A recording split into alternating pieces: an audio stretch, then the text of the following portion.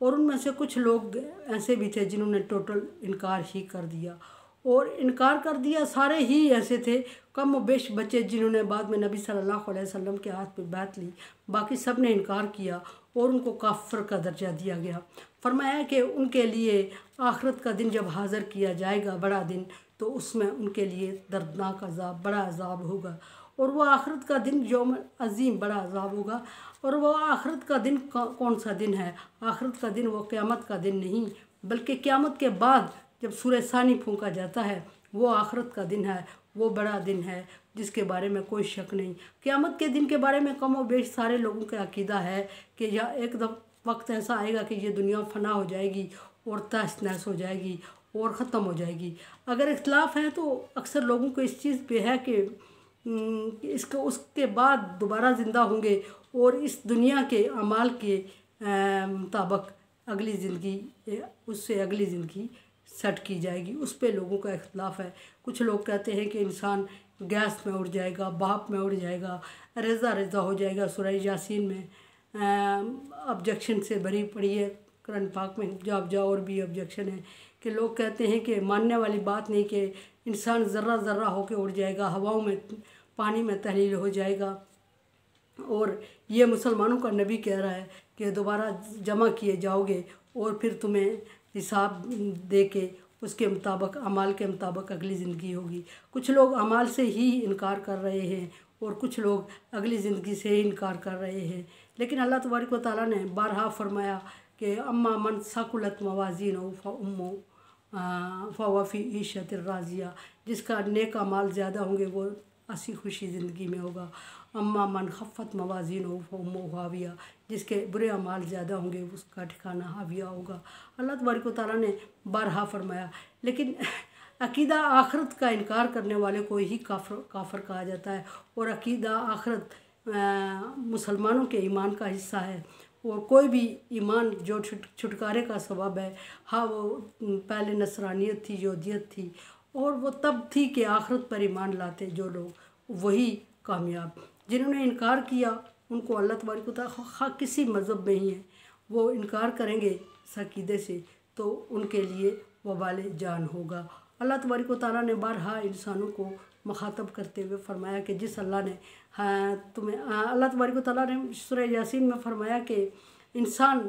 کو ایک نطفے سے پیدا کیا، اپنی اوقات کو بھول گیا، ایک نطفے سے پیدا کیا اور اب یہ جھگڑالو بنا پھرتا ہے اور میرے لیے بحث کرتا ہے، اور اللہ تبارک و تعالیٰ نے اس کو ناپسند کرتے ہوئے فرمایا کہ میرے لیے بحث مباحثہ کرتا ہے، اور پھر یہ بھی فرمایا کہ اس سے پوچھو اے نبی، ان سے کہو کہ اس نے کون زندہ کرے گا جس نے تمہیں پہلی مرتبہ زندہ کیا، وہ دوسری مرتبہ سیمپل کے ساتھ بھی کیا نہیں زندہ کر سکتا؟ پہلی مرتبہ بغیر سیمپل کے تمہیں پیدا کیا۔ یہاں فرمایا کہ مشہدم اسمی بہم وابصر، اور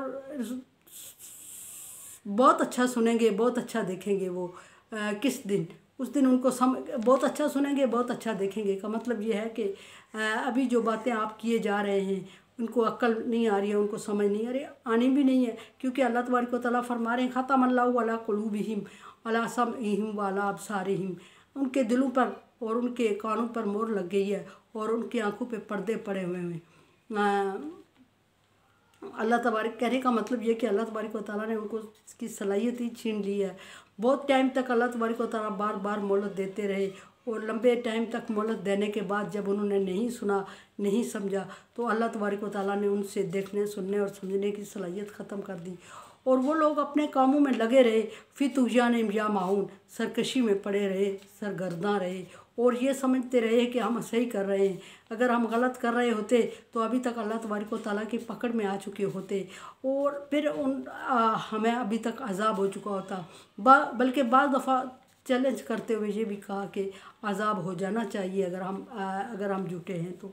لیکن اللہ تبارک و تعالیٰ نبی صلی اللہ علیہ وسلم سے فرما رہا ہے کہ یہ مت سمجھے کہ ان کو چھوڑ دیا اللہ تبارک و تعالیٰ نے ان کے کہنے پہ اور ان کی من مرضی پر ان کو چھوڑ دیا، اور ان کا مذہب صحیح ہے واقعی تبھی ان کو عذاب نہیں مل رہا، ایسا نہ سمجھیں، بلکہ اللہ تبارک و تعالیٰ نے ان کو مہلت دی ہوئی ہے، ڈھیل دی ہوئی ہے، اور وہ سرکشی میں پڑے ہوئے ہیں اور برائی میں پڑے ہوئے ہیں، اور برائی میں پڑے ہوئے ہیں تو کرتے ہی جا رہے ہیں، اور جب ان کو حساب دینا پڑے گا تو پھر ان کے بس کی بات نہیں ہوگی۔ اس دن یہ خود اپنے آپ کو اعتراف کریں گے، اعتراف جرم کرتے ہوئے کہیں گے کہ ہمارے پاس فرشتے نبی آئے اور ہم نے نبیوں کو جھٹلایا، اور اگر ہم ایمان لے آتے تو کاش آج ہم بھی مسلمانوں کے ساتھ اللہ کی رحمت کے امیدوار ہوتے۔ فرمایا کہ یہ مت سمجھے یاتونا لیکن الظالمون اليوم فی ضلال مبین، قیامت کے دن وہ سنیں گے، وہ سمجھیں گے اور وہ ایمان لائیں گے اور وہ خواہش کریں گے اور وہ کہیں گے کہ ہم ایمان لے آئے ہیں، اور جھوٹے دعوے بھی کریں گے کہ نہیں ہم تو مومن تھے، ہم تو مانتے تھے۔ لیکن اللہ تبارک و تعالیٰ نبی صلی اللہ علیہ وسلم کو خطاب کرتے فرما رہا ہے کہ یہ سمجھیں گے اپنے طور پہ کہ یہ اللہ کو دھوکہ دے کے کامیاب ہو جائیں گے، ایمان کا دعویٰ کریں گے اور ایمان لانے کے لیے قسمیں اٹھائیں گے، لیکن اللہ تبارک و تعالیٰ فرما رہے ہیں کہ ایسا نہیں ہے کہ ان کو ان کی قسموں کی وجہ سے چھوڑ دیا جائے گا یا ان کے ایمانوں کو قبول کیا جائے گا، ان کے استغفار کو قبول کیا جائے گا، ایسا بھی نہیں ہے۔ لیکن الظالمون اليوم فی ضلال مبین، اس دن بھی ظالم لوگ بہت گہرے کھڈے میں ہوں گے، بہت دور کی گمراہی میں ہوں گے، اور اس دور کی گمراہی سے کوئی انہیں نکال نہیں سکے گا، اور کوئی ان کے اعمال، کوئی ان کے استغفار اور کوئی ان کے ایمان، کوئی چیز ان کے کام نہیں آئے گی۔ اللہ تبارک و تعالیٰ نے چونکہ جو ان کو وقت دیا ہوا تھا وہ وقت وہ ضائع کر چکے ہیں، اور جب وقت ضائع کر چکے ہیں، اللہ تبارک و تعالیٰ نے وقت دیا ان کو، اور جو وہ وقت ضائع کر چکے ہیں دوبارہ ان کو ملنے والا نہیں ہوگا۔ اس طرح اللہ تبارک و تعالیٰ نے ان کے لیے انجام، یہ عیسیٰ علیہ السلام کی عیسائیت کا بیان ہوا کہ عیسائی جو کہ حضرت عیسیٰ علیہ السلام کو صحیح مان کے سائٹ پہ ہوئے، ان کے لیے آخرت میں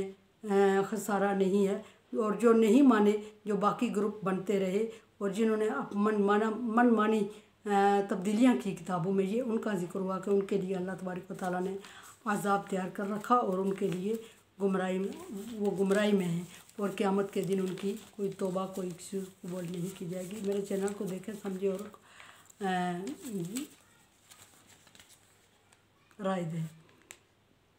تعاون علی البر والتقوی، نیکی اور اچھائی کے کاموں میں ایک دوسرے سے تعاون کریں۔ اللہ کا حکم ہے سو آپ باؤنڈیڈ ہیں تعاون کے لیے، اور آپ اگر سمجھتے ہیں کہ اس قابل نہیں ہے تو میرا کام، تو پھر مجھے رائے دیں، میں آپ کی رائے کی منتظر رہوں گی۔ اللہ حافظ۔